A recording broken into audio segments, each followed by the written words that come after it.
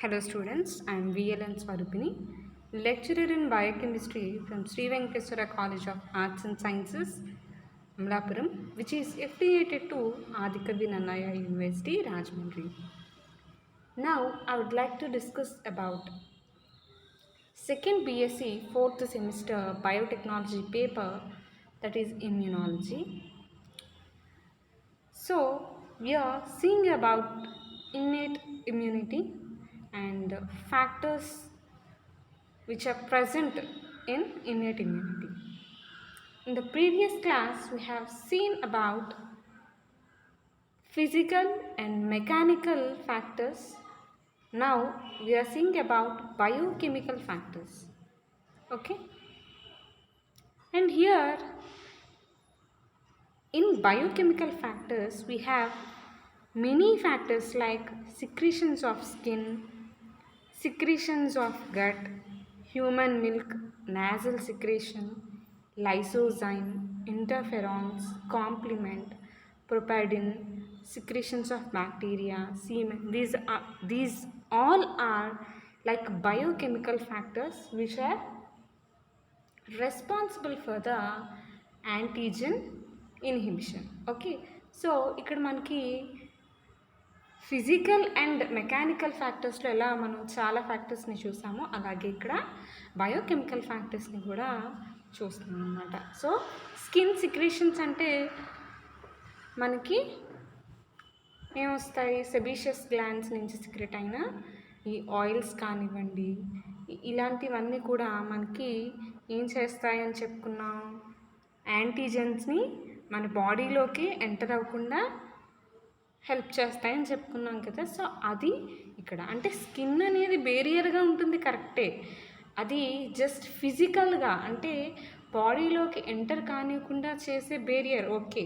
But again skin నుంచి వచ్చే సిక్రెషన్స్ అనేవి మళ్ళీ బయోకెమికల్ ఫ్యాక్టర్స్లోకి వస్తాయి.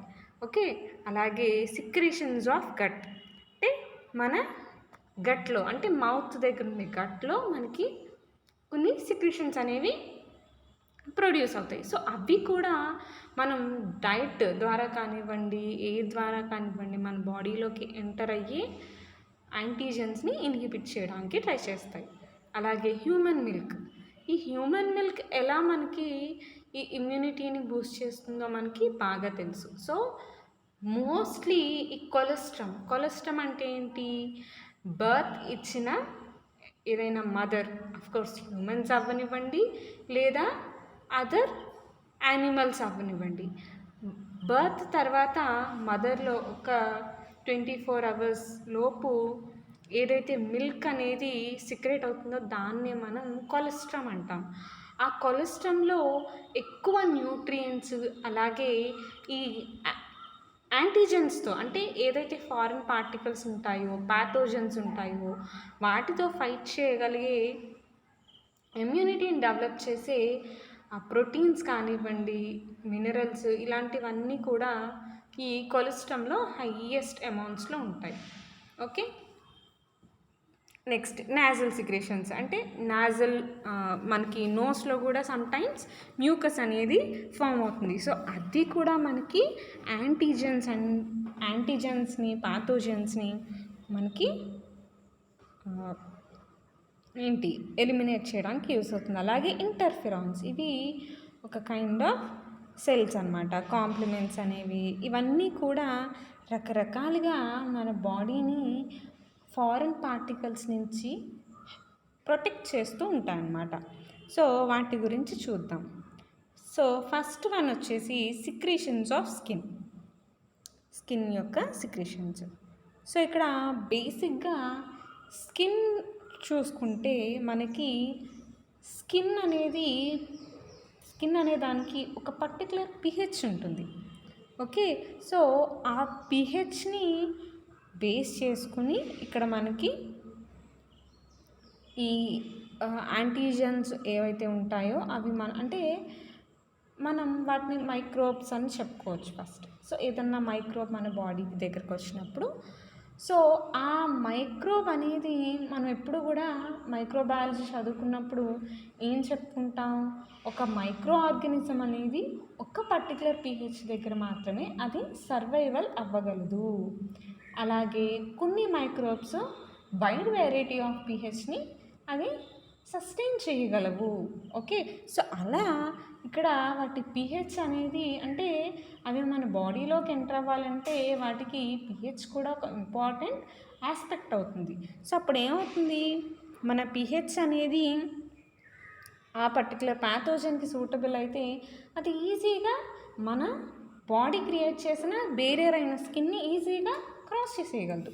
సో ఇక్కడ ఆ pH అనేది వేరియేషన్ రావడానికి ఇక్కడ ఏమవుతుందంటే బేసిక్గా మన స్కిన్ ఎప్పుడు కూడా చాలా లైట్ pHని కలిగి ఉంటుంది. ఓకే, కాకపోతే ఆ లైట్ pH దగ్గర ఎక్కువ ప్యాథోజన్స్ మన బాడీలోకి ఎంటర్ అయ్యే ఛాన్సెస్ ఉన్నాయి కాబట్టి మనకి ఈ స్వెట్ అనేది ఏం చేస్తుందంటే స్వెట్ సిక్రేషన్ వల్ల అక్కడ pH అనేది మారుతుంది స్కిన్ది. ఓకే, సో pH అనేది చూసుకుంటే నార్మల్గా అయితే మనకి బేసిక్ pH ఉంటుంది. బట్ ఎప్పుడైతే స్వెట్ ఫామ్ అవుతుందో ఆ స్వెట్ వచ్చినప్పుడు ఎసిడిక్ pH అనేది వస్తుందన్నమాట.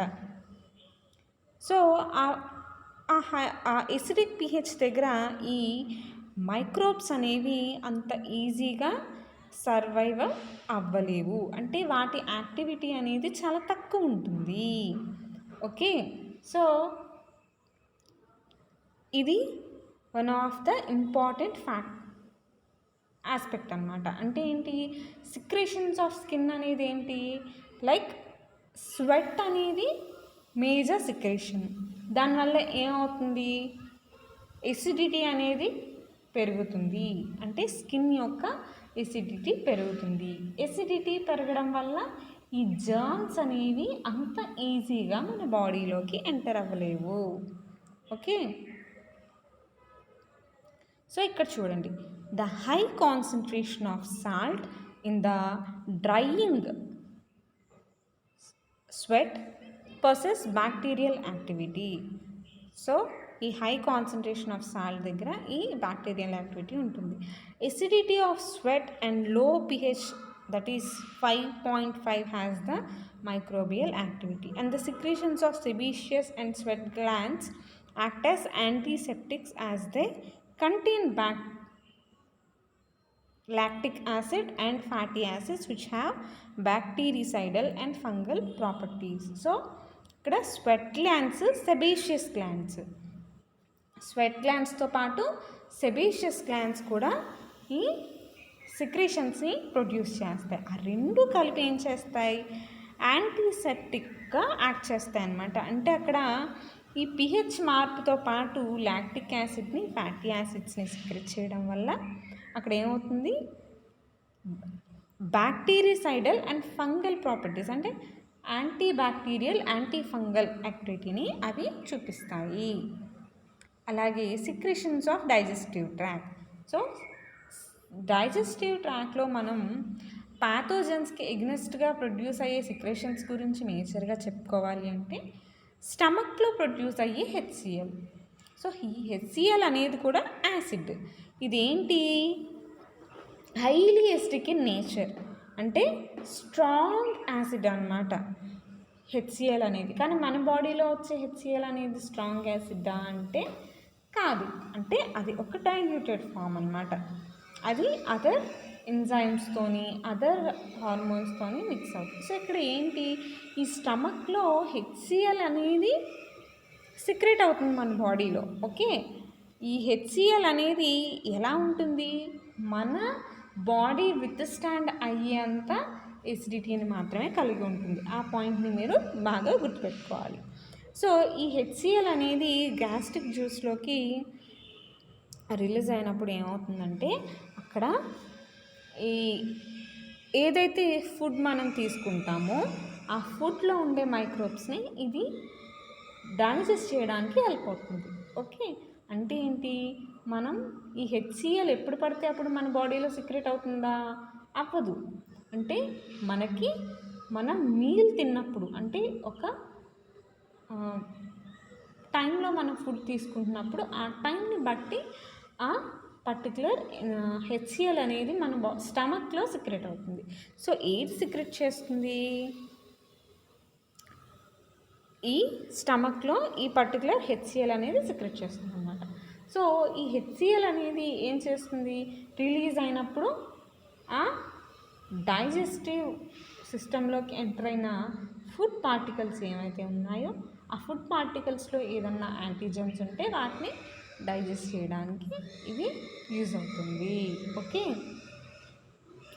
సో ఇక్కడ ఏంటి? High acidity of the stomach pH that is 2.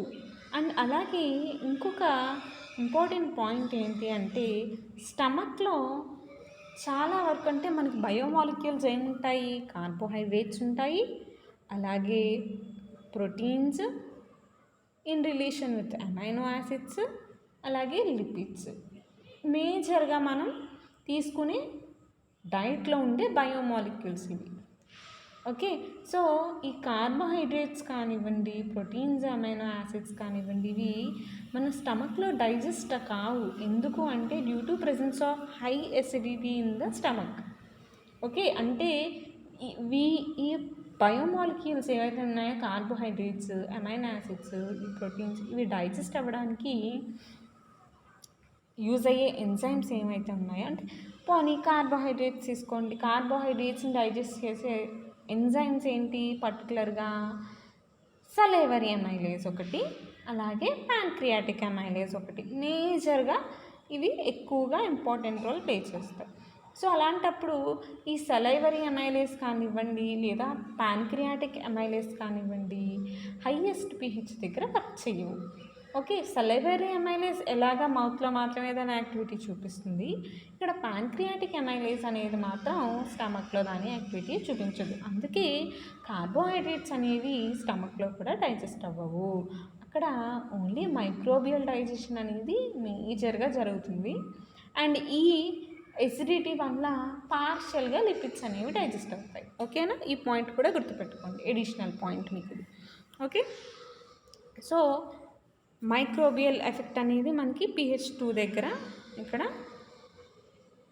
ఇవి సప్రెస్ అవుతాయి అన్నమాట. So this is due to the presence of HCl in the gastric juice which is secreted by the oxynictic cells living in the stomach. So ఈ ఆక్సినిక్టిక్ cells అనేవి stomach లైనింగ్లో present అయి ఉంటాయి. So అవి secret చేస్తాయి అన్నమాట. Next వచ్చేసి human milk. So ఈ human milk అనేది పర్టికులర్గా హ్యూమన్ మిల్క్ అంటే ఇక్కడ మీరు కొలెస్ట్రాల్ని తీసుకోవాలి. ఓకే, అంటే నార్మల్ మిల్క్లో కూడా మనకి ఇమ్యూనిటీతో ఫైట్ చేసే క్యాపబిలిటీ ఉంటుంది, బట్ కొలెస్ట్రాల్లో తీసుకుంటే ఇది చాలా హై ఉంటుంది. Okay, human milk is rich in anti bacterial substances namely lactoferrin and neuraminic acid and they fight against E coli and staphylococcus bacteria. So ఇక్కడ ఈ హ్యూమన్ మిల్క్ గురించి మనం ఏమని చెప్పుకున్నాం? కొలెస్ట్రాల్ అనేది కూడా చాలా హైలీ న్యూట్రిషియస్ అని చెప్పుకున్నాం కదా, అలాగే అది ఎంత న్యూట్రిషియసో అంతే లెవెల్లో మనకి ఇమ్యూనిటీకి బూస్ట్ చేస్తుంది అన్నమాట. సో న్యూ బార్న్ బేబీస్ వాళ్ళు ఎప్పుడూ కూడా చాలా సెన్సిటివ్, వాళ్ళ ఇమ్యూనిటీ అనేది చాలా తక్కువ ఉంటుంది. ఎందుకు? వాళ్ళ బాడీ అనేది కంప్లీట్గా డెవలప్డ్ స్టేజ్లో ఉండదు. స్టిల్ వాళ్ళ బాడీ ఏంటి? డెవలపింగ్ స్టేజ్లో ఉంటుంది. అండ్ వాళ్ళలో లాస్ట్గా ఫామ్ అయ్యే ఆర్గన్ కూడా లంగ్స్. సో ఆ లంగ్స్ అనేవి అంత ఎఫిషియెంట్గా వాళ్ళకి పుట్టిన టైంకి వర్క్ చేయదన్నమాట. అందుకే వాళ్ళు ఒకేసారి బయట అట్మాస్ఫియర్ వచ్చినప్పటికీ ఫస్ట్ బ్రీత్ తీసుకున్నప్పటికీ వచ్చే లిటిల్ ఇరిటేషన్ వల్ల వాళ్ళు ఒకేసారి బర్త్ అయిన వెంటనే ఒకేసారి ఏదైతే బ్రీత్ తీసుకుంటారో దానివల్ల వాళ్ళు ఒకేసారి ఏడుస్తారు. సో బేబీ బర్త్ తర్వాత ఆ ఫస్ట్ క్రై అనేది ఎందుకు వస్తుంది అంటే ఆ లంగ్స్ అనేవి ప్రాపర్గా డెవలప్డ్ స్టేజ్లో ఉండవన్నమాట. లాస్ట్ అంటే బేబీ గ్రోత్ అనేది ఫీటస్లో ఉండి ఆ ఫీటస్ అలా అలా డెవలప్ అయ్యే స్టేజ్లో అంటే ఒక్కొక్క స్టేజ్ నుంచి అలా డెవలప్ అవుతూ ఉంటుంది కదా. సో ఒక స్టేజ్లో బోన్స్ ఫామ్ అవుతాయి, ఒక స్టేజ్లో ఏంటి కిడ్నీస్ అని, ఒక స్టేజ్లో అలా ఒక్కొక్క ఆర్గాన్ అలా డెవలప్ అవుతూ వస్తుంది 9th మంత్ వచ్చేసరికి. సో 9th మంత్లో లాస్ట్గా డెవలప్ అయ్యే ఆర్గాన్ ఏంటంటే లంగ్స్ అనమాట. సో అందుకే ఆ లంగ్స్ అనేవి అంత ఎఫెక్టివ్గా ఉండవు. సో బర్త్ అయ్యాక కూడా వాళ్ళకి ఆ లంగ్స్ అనేవి ఇంకా స్టిల్ డెవలప్మెంట్ స్టేజ్లో ఉంటాయి కాబట్టి సో వాళ్ళకి ఈజీగా ఏంటి ఏదైనా ఏ ఇన్ఫెక్షన్ అయినా ఈజీగా వచ్చే ఛాన్సెస్ ఉంటాయి వాళ్ళకి. అందుకే ఈ కొలెస్ట్రాల్ అనేది అంత హైలీ న్యూట్రిషన్ ఉండి ఆ ఇమ్యూనిటీ బూస్టర్ లాగా పనిచేస్తుంది ఆ కొలెస్ట్రాల్ అనేది. సో అందుకే ఏమంటారు, బర్త్ అవ్వగానే ఫస్ట్ మదర్ని బేబీకి ఫీడ్ చేయమని చెప్తారు. వితిన్ 24 hours లోపు బేబీకి మదర్ ఫీడింగ్ ఉండాలి, ఆ కొలెస్ట్రాల్ ఫీడ్ చెయ్యాలి. So that baby can effectively fight against the antigens. అంటే యాంటీజెన్స్ ఆర్ ఇన్ఫెక్షన్స్ నుంచి బేబీని మనం చాలా సేవ్ చేయొచ్చు ఆ కొలెస్ట్రాల్ని ఇవ్వడం వల్ల. సో అలాగే జనరల్గా పిల్లలకి ఎక్కువగా మిల్క్ ఇవ్వడానికి ట్రై చేస్తారు పెద్దవాళ్ళు. ఎందుకు? వాళ్ళలో ఇమ్యూనిటీ అనేది తక్కువగా ఉంటుంది చిన్నపిల్లల్లో, అండ్ అందుకే వాళ్ళకి ఈ మిల్క్ అనేది ఇస్తారనమాట ఎక్కువగా. సో ఆ మిల్క్లో ఏముంటుంది, లాక్టోఫెరిన్ ఒకటి, న్యూరామినిక్ యాసిడ్ ఒకటి, ఈ రెండు కూడా ఈకోలై అండ్ స్టెఫైలోకోకస్ బ్యాక్టీరియాతో ఎక్కువగా ఫైట్ చేస్తాయన్నమాట. అండ్ కిడ్స్ కూడా చూడండి, వాళ్ళు ఎక్కడ పడితే అక్కడ ఆడుకుంటారు, ఎక్కడ పడితే అక్కడ కూర్చుంటారు, అంటే పాపం వాళ్ళకి తెలియదు అంటే సెల్ఫ్ క్లీనినెస్ అనేది ఈ ఎలా నీట్గా ఉండాలి పాపం వాళ్ళకి తెలియదు కాబట్టి సో మనకి ఈ డిసీజెస్ ఆర్ ఇన్ఫెక్షన్స్ లేదా వాళ్ళలో ఈ ఇమ్యూనిటీ తక్కువగా ఉండడం, వాళ్ళకి ల్యాక్ ఆఫ్ నాలెడ్జ్, సో వాళ్ళకి ఏదన్నా ఈజీగా వచ్చే ఛాన్సెస్ అనేవి హై ఉంటాయి కాబట్టి సో ఈ మిల్క్ని ఎక్కువగా పిల్లలకి ఇస్తూ ఉంటారు due to presence of these compounds like lactoferrin and neuraminic acid. Okay, so ఈ హ్యూమన్ మిల్క్ గురించి అయితే ఇది జనరల్గా యాంటీ బ్యాక్టీరియల్గా ఈ మిల్క్ అనేది ఎక్కువగా పనిచేస్తుంది. ఓకే, అండ్ నెక్స్ట్ వచ్చేసి నాజల్ సిక్రీషన్స్ అండ్ సెలైవా గురించి ఆల్రెడీ మనం చెప్పుకున్నాము. ఫస్ట్ ఫిజికల్ ఆస్పెక్ట్స్లోనే చెప్పుకున్నాము, ఫిజికల్ అండ్ మెకానికల్ ఫ్యాక్టర్స్ దగ్గర.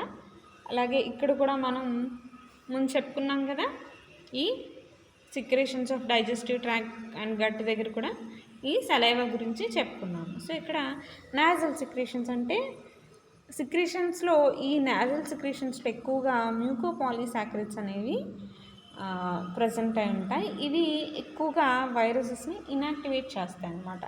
So secretions, nasal secretions they contain mucopolysaccharides which inactivate viruses.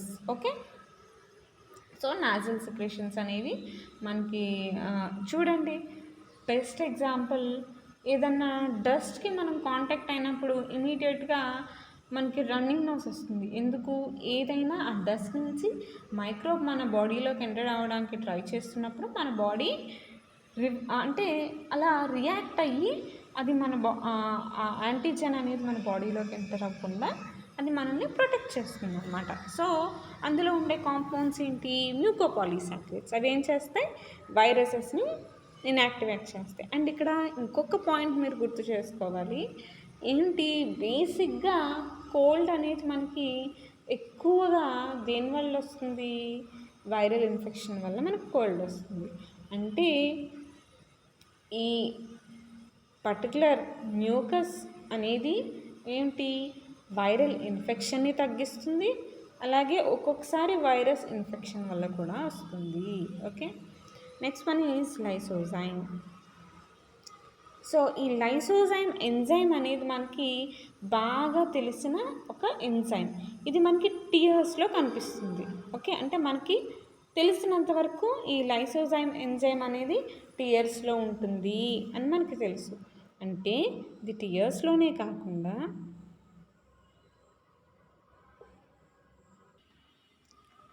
So ఇక్కడ ఈ లైసోజైమ్ అనేది మనకి తెలిసినంత వరకు మన టీయర్స్లో ఉంటుంది. టీయర్స్లోనే కాకుండా నాజల్ సిక్రేషన్స్లోని, సలైవాలోని, పాలిమార్ఫోన్యూక్లియర్ ల్యూకోసైట్స్లోని, హ్యూమన్ మిల్క్లోని ఎక్కువగా మనకి ఈ లైసోజైమ్ అనేది కనిపిస్తుంది. బేసిక్గా ఇది ఏం చేస్తుందంటే ఎంజైమ్ కదా, ఇది లైసోజైమ్ అనేది ఒక ఎంజైమ్. ఇది బ్యాక్టీరియాలో ఉండే బాండ్స్ని బ్రేక్ చేసి బ్యాక్టీరియా అనేది డైజెస్ట్ అయ్యేలాగా, లైసిస్ అయ్యేలాగా చేస్తుందన్నమాట. సో ఇక్కడ పర్టికులర్గా ఈ లైసోజైమ్ ఎంజైమ్ అనేది ఎక్కువగా ఈ గ్రామ్ పాజిటివ్ బ్యాక్టీరియా మీద దీని యాక్టివిటీ ఉంటుంది. ఓకే, సో బేసిక్గా bacteria, gram positive bacteria cell వాల్లో గ్లైకోప్రోటీన్స్ అనేవి ప్రజెంట్ అయి ఉంటాయి. సో ఆ గ్లైకోప్రోటీన్లో ఉండే గ్లైకోప్రోటీన్ అంటే ఏంటి? గ్లైకో అంటే కార్బోహైడ్రేట్ ఉంటుంది, పెప్టైడ్, ఈ గ్లైకోపెప్టైడ్ అంటే కార్బోహైడ్రేట్స్ ప్లస్ ప్రోటీన్స్. సో ఈ కార్బోహైడ్రేట్స్లో ఉండే ఏదైతే గ్లైకోజైడిక్ బాండ్స్ ఉంటాయో ఆ గ్లైకోజైడిక్ బాండ్స్ని ఈ లైసోజైమ్ అనేది స్ప్లిట్ చేస్తుంది అన్నమాట. సో ఇక్కడ ఈ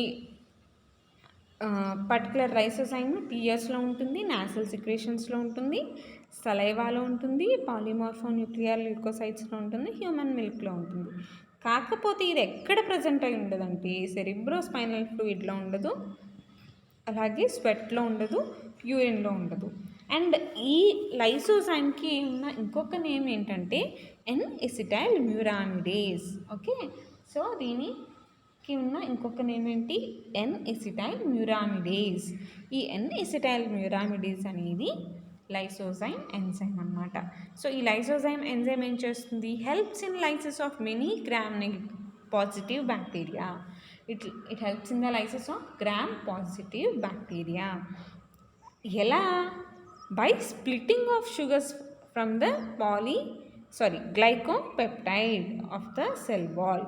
సో ఏదైతే ఈ గ్రామ్ పాజిటివ్ బ్యాక్టీరియల్ సెల్ వాల్లో ఉండే గ్లైకోపెప్టైడ్స్ ఉంటాయో ఆ గ్లైకోపెప్టైడ్స్లో ఉండే షుగర్స్ని బ్రేక్ చేయడం వల్ల ఈ లైసోజైమ్ ఎంజైమ్ అనేది ఈ బ్యాక్టీరియాస్, గ్రామ్ పాజిటివ్ బ్యాక్టీరియాని లైసిస్ చేయడానికి హెల్ప్ చేస్తుంది అన్నమాట. అలాగే ఈ లైసోజైమ్ అనేది ఎగ్ వైట్లో ఎక్కువగా ప్రజెంట్ అయి ఉంటుంది. సో రీసెంట్ టైమ్స్లో మీరు చూస్తే కనుక ఈ వైరల్ ఇన్ఫెక్షన్స్ వల్ల ఏం చెప్తున్నారు? ఎగ్ అనేది కొంచెం రెగ్యులర్గా తీసుకోవాలి అని చెప్తున్నారు కదా. సో ఇక్కడ ఎగ్ వైట్లో ఈ లైసోజైమ్ అనే ఎంజైమ్ ఏం చేస్తుంది? ఈ గ్రామ్ పాజిటివ్ బ్యాక్టీరియాని అది లైసిస్ చేస్తుంది. సో ఇక్కడ ఏంటి? ఇప్పుడున్న ప్రజెంట్ సిచ్యువేషన్స్లో మన బాడీ అనేది ఇమ్యూనిటీ అనేది హయ్యెస్ట్ ఉండాలి. అలా హయ్యెస్ట్గా ఉంటేనే ఏదన్నా ఒక యాంటీజెన్ మన బాడీలోకి ఎంటర్ అయినప్పుడు మన బాడీ ఎఫెక్టివ్గా దాన్ని ఎలిమినేట్ చేయడానికి ట్రై చేస్తుంది. సో ఇక్కడ బ్యాక్టీరియాని కదా మేడం ఇది బ్రేక్ చేసేది. ఎందుకు మరి ఇప్పుడున్న వైరల్ సిచ్యువేషన్కి కూడా ఈ ఎగ్స్ని తినమంటున్నారు అంటే బేసిక్గా ఎవరైతే కాస్త ఇమ్యూనిటీ పవర్ తక్కువ ఉంటుందో వాళ్ళని ఏదైనా ఈజీగా ఇన్ఫెక్ట్ చేయగలదు. సో ఇమ్యూనిటీ అనేది పెరగాలి, అది మేజర్ కాన్సెప్ట్ ఇక్కడ. ఓకేనా? సో నెక్స్ట్ వన్ వచ్చేసి ఇంటర్ఫెరాన్స్. Okay, interferons.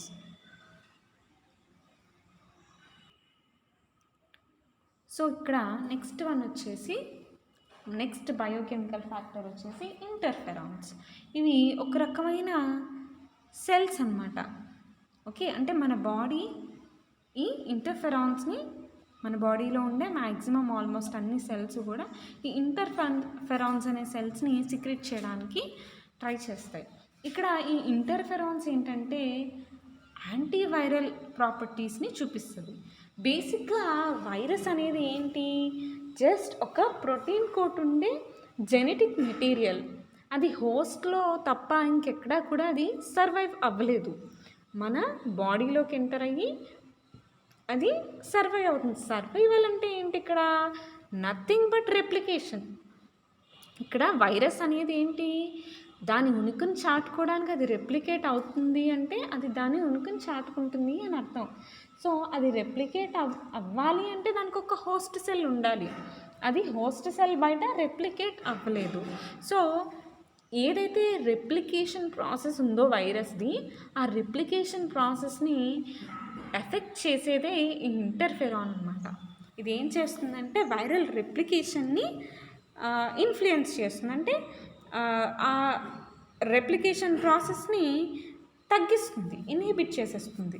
సో ఇక్కడ చూసుకుంటే these are a group of soluble non toxic glycoproteins produced in small amounts by all the cells of the body. మన బాడీలో ఉండే ప్రతి సెల్లు కూడా ఏం చేస్తుంది? ఇంటర్ఫెరాన్స్ని ఫామ్ చేస్తుంది, ప్రొడ్యూస్ చేస్తుంది. ఇవి ఏంటి? గ్రూప్ ఆఫ్ సాల్యుబుల్ అంటే ఈజీగా సాల్యుబుల్ అయ్యేవి నాన్ టాక్సిక్ గ్లైకోప్రోటీన్స్ అన్నమాట. సో ఈ గ్లైకోప్రోటీన్స్ ఏం చేస్తాయి? వైరల్ రెప్లికేషన్ని ఇన్హిబిట్ చేస్తాయి. This is an antiviral agent which inhibits intracellular viral replication. So obviously ఇక్కడ వైరస్ రెప్లికేషన్ ఎక్కడ జరుగుతుంది అంటే ఫస్ట్ వైరస్ అనేది ఏం చేస్తుంది? మన సెల్ సర్ఫేస్ మీద అది సూటబుల్ రిసెప్టార్ని సెలెక్ట్ చేసుకుని అది సెల్ లోపలికి ఎంటర్ అవుతుంది. ఎంటర్ అయ్యి అక్కడ అది రెప్లికేషన్ని చేస్తుంది. సో అక్కడ అందుకే అంటే సెల్ లోపల రెప్లికేట్ అవుతుంది కాబట్టి we call it as intracellular viral replication. So అక్కడ ఇంట్రాసెల్యులార్ వైరల్ రెప్లికేషన్ని ఇంటర్ఫెరాన్ అనేది ఇన్హిబిట్ చేస్తుంది. అండ్ దేన్ని బేస్ చేసుకుని ఆ ఇన్హిబిషన్ ఉంటుంది అంటే electrophoretic mobility. So electrophoretic mobility అంటే ఛార్జ్ని బేస్ చేసుకుని ఎలక్ట్రోఫోరెసిస్లో ఈ వైరల్ పార్టికల్స్ ఎలా మూవ్ అయ్యే ఎబిలిటీ ఉంటుందో ఆ ఎబిలిటీని బేస్ చేసుకొని ఇక్కడ ఇన్హిబిషన్ అనేది ఉంటుంది. అలాగే ఇంటర్ఫెరాన్స్ అనేవి మనకి బేసిక్గా 3 టైప్స్ ఉంటాయి: alpha interferons, beta interferons and gamma interferons. ఈ గామా ఇంటర్ఫెరాన్స్ అనేవి ఏంటంటే ఈ టీ లింఫోసైట్స్ అనే సెల్స్ ఉంటాయన్నమాట. అంటే మనం ఇందాక ఏం చెప్పుకున్నాం లాస్ట్ క్లాస్లో? ఇమ్యూన్ సిస్టమ్ అంటే ఇమ్యూన్ ఆర్గన్స్ ఉంటాయి, అవి ప్రొడ్యూస్ చేసే సెల్స్ ఉంటాయి. సో ఆ ఇమ్యూన్ సెల్స్కి సంబంధించిన ఒక సెల్లే ఈ టీ లింఫోసైట్ అనమాట. ఈ గామా ఇంటర్ఫెరాన్ అనేది ఎప్పుడు ప్రొడ్యూస్ అవుతుందంటే ఈ టీ లింఫోసైట్ అనేది ఎప్పుడైతే యాక్టివేట్ అవుతుందో అప్పుడు ఈ గామా ఇంటర్ఫెరాన్ అనేది రిలీజ్ అవుతుంది. సో ఇక్కడ మీకు ఒక పాయింట్ అర్థం కావాలి. మన బాడీలో జరిగే మెటబాలిజం అయినా ఇమ్యూన్ రెస్పాన్సెస్ అయినా ఏదైనా సరే ఒక్కదానితో ఒకటి ఇంటర్ రిలేటెడ్గా జరుగుతాయి అన్నమాట. అంటే ఇప్పుడు టీ లింఫోసైట్ యాక్టివిటీ ద్వారా ఏం జరిగింది? ఇక్కడ ఇంటర్ఫెరాన్ అనేది రిలీజ్ అయింది. ఓకే, సో ఇలా ఇంటర్ఫెరాన్స్ ఏం చేస్తాయి? యాంటీవైరల్ యాక్టివిటీని చూపిస్తాయి. అండ్ నెక్స్ట్ వచ్చేసి కాంప్లిమెంట్. సో ఈ కాంప్లిమెంట్ కూడా ఇదొక కాంప్లిమెంట్ అనేది ఒక కాంప్లెక్స్ సిస్టమ్ అనమాట. కాంప్లిమెంట్ సిస్టమ్ అని ఇది ఒక కాంప్లెక్స్ సిస్టమ్ అనమాట. ఇవి ఎంజైమాటిక్ ప్రోటీన్స్ ఎక్కువగా సీరంలో ప్రజెంట్ అయి ఉంటాయి. సీరం అనేది మనకి ఎక్కడ కనిపిస్తుంది? బ్లడ్లో కనిపిస్తుంది. ఓకే, సో ఈ కాంప్లిమెంట్ అనేది ఏంటంటే యాంటీజెన్ యాంటీబాడీ కాంప్లెక్సెస్ ఫామ్ అయినప్పుడు ఇది యాక్టివేట్ అవుతుంది. యాంటీజెన్ యాంటీబాడీ కాంప్లెక్సెస్ అంటే మీకు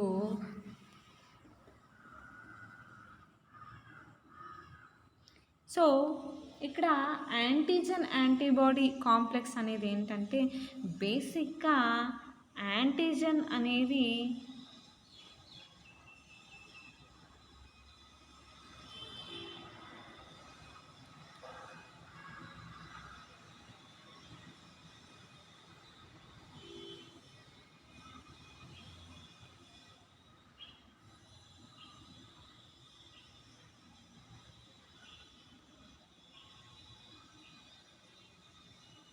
ఇదొక యాంటీజన్ అనుకోండి.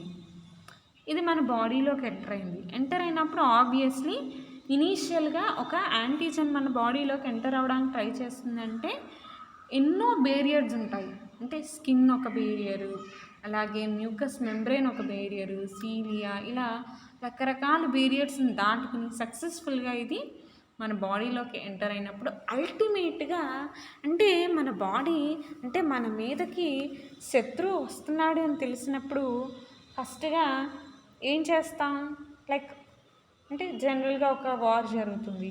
వార్ జరిగినప్పుడు ఎనిమీ మన వైపు వస్తున్నాడని మనకు తెలిసినప్పుడు మనం ఏం చేస్తాం? ఫస్టే వాడి మీద ఆటం బాంబు వేసేస్తామా? అలా చెయ్యం. ఫస్ట్ ఏం చేస్తాం? వాళ్ళని రాకుండా చేయడానికి వాళ్ళ మీదకి ఫైర్ చేయడమనో, లేదా వాళ్ళ మీద చిన్న చిన్న అస్త్రాలు లాంటివి ప్రయోగించడం, అంటే దూరం నుంచి మనం వాళ్ళని ఫస్ట్ ప్రతిఘటించడానికి ట్రై చేస్తాం. అంటే ఇప్పుడు ఫర్ ఎగ్జాంపుల్ మన బార్డర్నే ఎగ్జాంపుల్గా తీసుకోండి. అంటే మన కంట్రీ బార్డర్ని ఎగ్జాంపుల్గా తీసుకోండి. అంటే పాకిస్తాన్ వాళ్ళు మన మీదకి యుద్ధానికి వస్తారని ముందే మనం అక్కడ ఏంటి ఈ బాంబులు వేసేయం కదా. సో ఫస్ట్ ఏం చేస్తాం? అక్కడ ఒక సెక్యూరిటీని, అంటే ఒక సెక్యూర్ బార్డర్ని మనం రెడీ చేసుకుంటాం. అండ్ ఆ బార్డర్ దగ్గర ఎప్పుడూ కూడా మనం సెక్యూరిటీని, అంటే ఈ ఆర్మీ జవాన్స్ ఎవరైతే ఉంటారో 24/7 వాళ్ళు గస్తీ కాస్తారు అక్కడ. అలాగే ఆ తర్వాత ఏం జరుగుతుంది?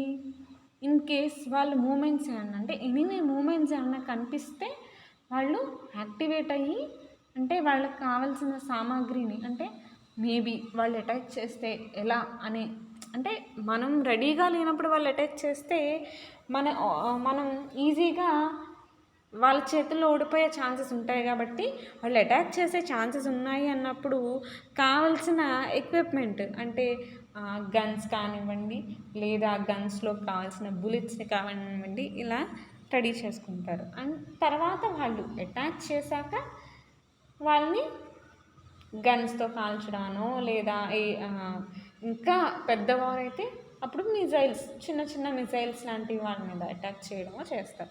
సో అలాగే రకరకాల బేరియర్స్ని దాటుకుని మన బాడీలోకి యాంటీజన్ ఎంటర్ అవ్వాలి.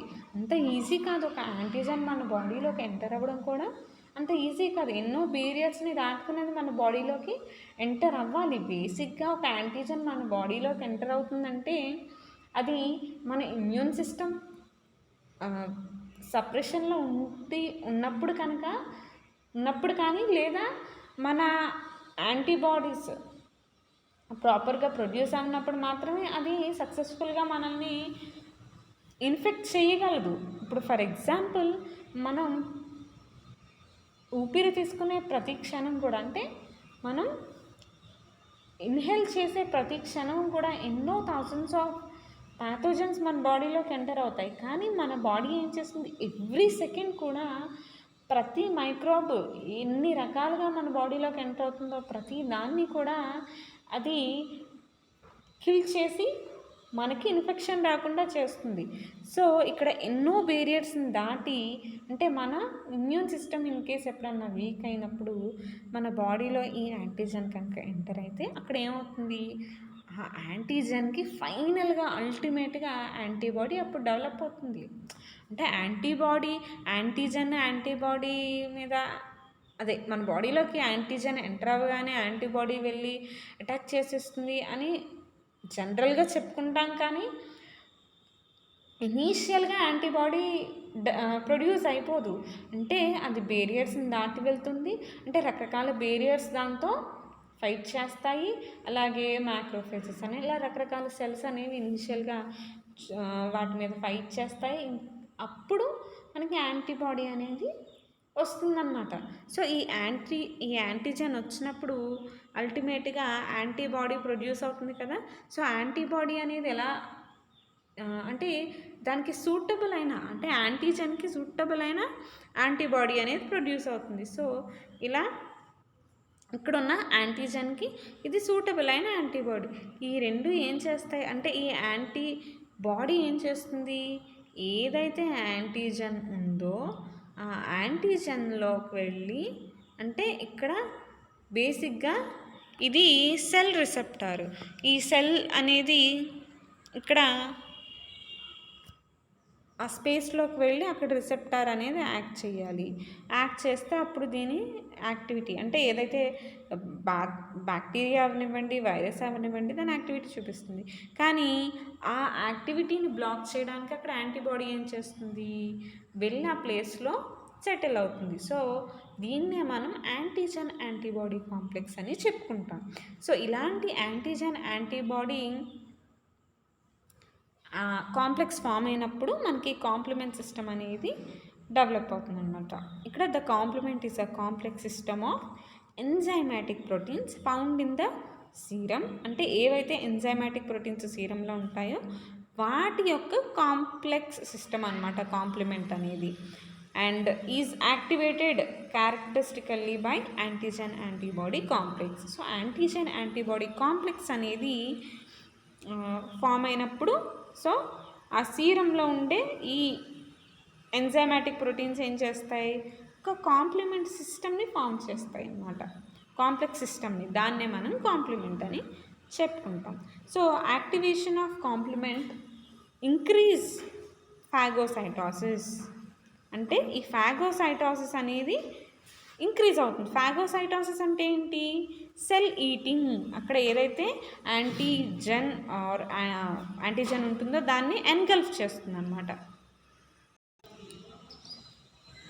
సో ఇక్కడ ఈ కాంప్లిమెంట్ సిస్టమ్ అనేది యాక్టివేట్ అవ్వడం వల్ల ఏమవుతుందంటే అక్కడ ఫాగోసైటోసిస్ ప్రాసెస్ అనేది ఇంక్రీజ్ అవుతుంది. దానివల్ల ఆబ్వియస్లీ ఏవైతే మైక్రో ఆర్గానిజమ్స్ బాడీలోకి ఎంటర్ అయ్యి ఇన్ఫెక్షన్ అనేది కాజ్ చేస్తున్నాయో వాటి డ్యామేజ్ అనేది మనకి కనిపిస్తుంది అన్నమాట. ఈ కాంప్లిమెంట్ అనేది 2 మెకానిజమ్స్ ద్వారా అది ఆపరేట్ అవుతుంది. ఒకటి క్లాసిక్ వే, ఒకటి ఆల్టర్నేటివ్ పాత్వే. సో ఈ 2 మెథడ్స్తో ఇది ఆపరేట్ అవుతుంది అన్నమాట. అంటే కాంప్లిమెంట్ సిస్టమ్ ఏదైతే ఉందో it works in 2 ways. First one is by a classic way and other one in alternative pathway. Okay, main function వచ్చేసి ఆప్సనైజేషన్ అనేది ఈ కాంప్లిమెంట్ సిస్టమ్ యొక్క మేజర్ ఫంక్షన్ అన్నమాట. అండ్ నెక్స్ట్ వన్ వచ్చేసి ప్రొపరిడిన్. ప్రొపరిడిన్ అనేది ఇవి కూడా ఒక గ్రూప్ ఆఫ్ ప్రోటీన్స్. ఇవి బేసిక్గా సీరంలో ప్రజెంట్ అయి ఉంటాయి. ఇవి మన బాడీకి కావాల్సిన రెసిస్టెన్స్ ఏదైతే ఉంటుందో ఇన్ఫెక్షన్స్కి ఎగెనెస్ట్గా, సో ఆ రెసిస్టెన్స్ని డెవలప్ చేస్తాయి. అంటే ఈ ప్రొపరిడిన్ అనే ప్రోటీన్ సీరంలో ప్రజెంట్ అయి ఉండడం వల్ల మనకి ఇన్ఫెక్షన్కి ఇన్ఫెక్షన్కి ఎగెనెస్ట్గా కావాల్సిన రెసిస్టెన్స్ని మనలో డెవలప్ చేస్తాయి. అంటే ఇవి కాంప్లిమెంట్తో పాటు Mg+ ions along with complement and Mg+ ions ఈ ప్రొపరిడిన్ అనేది గ్రామ్ నెగిటివ్ బ్యాక్టీరియా లైసిస్కి హెల్ప్ చేస్తుంది అండ్ అలాగే వైరసెస్ని ఇన్యాక్టివేట్ చేస్తుంది. నెక్స్ట్ వన్ వచ్చేసి secretion of bacteria. Okay, secretion of bacteria. So I think secretion of bacteria. So bacteria కూడా కొన్ని కైండ్స్ ఆఫ్ సెక్రేషన్స్ని క్రియేట్ చేస్తాయి, ప్రొడ్యూస్ చేస్తాయి. సో ఈ సెక్రేషన్స్ ఎలా వర్క్ చేస్తాయో చూద్దాం. So the bacterial flora of skin, అంటే బేసిక్గా కొన్ని బ్యాక్టీరియా ఏవైతే స్కిన్ మీద ప్రజెంట్ అయి ఉంటాయో అవి ఏం చేస్తాయంటే యాంటీ మైక్రోబియల్ సబ్స్టెన్సెస్ని ప్రొడ్యూస్ చేస్తాయి. అంటే బ్యాక్టీరియోసిన్స్ అనేవి యాసిడ్స్ అనే లేదా కొన్ని యాసిడ్స్ని సెక్రెట్ చేస్తాయి అన్నమాట. సో ఈ bacterial flora of human gut live as common cells. So ఇక్కడ ఏమవుతుందంటే మన హ్యూమన్ గట్లో కూడా కొన్ని గుడ్ బ్యాక్టీరియా ఉంటాయి. ఇవి ఏం చేస్తాయంటే ఈ సెక్రెషన్స్ని రిలీజ్ చేయడం వల్ల హార్మ్ఫుల్ బ్యాక్టీరియాని డ్యామేజ్ చేస్తాయి అన్నమాట. ఇప్పుడు ఫర్ ఎగ్జాంపుల్ మన గట్లోనే కాకుండా మన డైజెస్టివ్ సిస్టమ్ దగ్గర కూడా మనకి గుడ్ బ్యాక్టీరియా ప్రెసెంట్ అయి ఉంటుంది. అంటే బ్యాడ్ బ్యాక్టీరియాకి ఎగ్నెస్ట్గా వర్క్ చేయడానికి మన బాడీలో కొన్ని గుడ్ బ్యాక్టీరియా కూడా ప్రెసెంట్ అయి ఉంటాయి. సో వాటి నుంచి వచ్చే సెక్రేషన్సే మనకి అదర్ హార్మ్ఫుల్ బ్యాక్టీరియాస్ని మన బాడీ ఎదుర్కోవడానికి హెల్ప్ చేస్తాయి అన్నమాట. ది సీక్రెట్ కాల్సిన్ and few kinds of acids. అంటే ఏవైతే గట్ బ్యాక్టీరియా ఉంటాయో అవి కాల్సిన్ అనే కాంపౌండ్స్ని, కొన్ని రకాల యాసిడ్స్ని ప్రొడ్యూస్ చేస్తాయి. అండ్ ఇవి ఏం చేస్తాయి, హార్మ్ఫుల్ బ్యాక్టీరియా మన బాడీలోకి ఎంటర్ అవ్వకుండా హెల్ప్ చేస్తాయి అన్నమాట. They does not allow the entry of the other microorganisms into the body, and they also stimulate the immune system to function against other microbial agents. బాడీలోకి enter అవ్వనివ్వవు, అలాగే enter అయిన వాటిని వాటి యాక్టివిటీ చూపించడానికి కూడా అవి అలౌ చేయవన్నమాట. సో ఇవి ఈ క్లాస్కి. అండ్ నెక్స్ట్ క్లాస్ నుంచి రిమైనింగ్ ఆస్పెక్ట్స్ గురించి మనం డిస్కస్ చేద్దాము. అండ్ ఏమైనా డౌట్స్ ఉంటే అడగండి. Thank you students.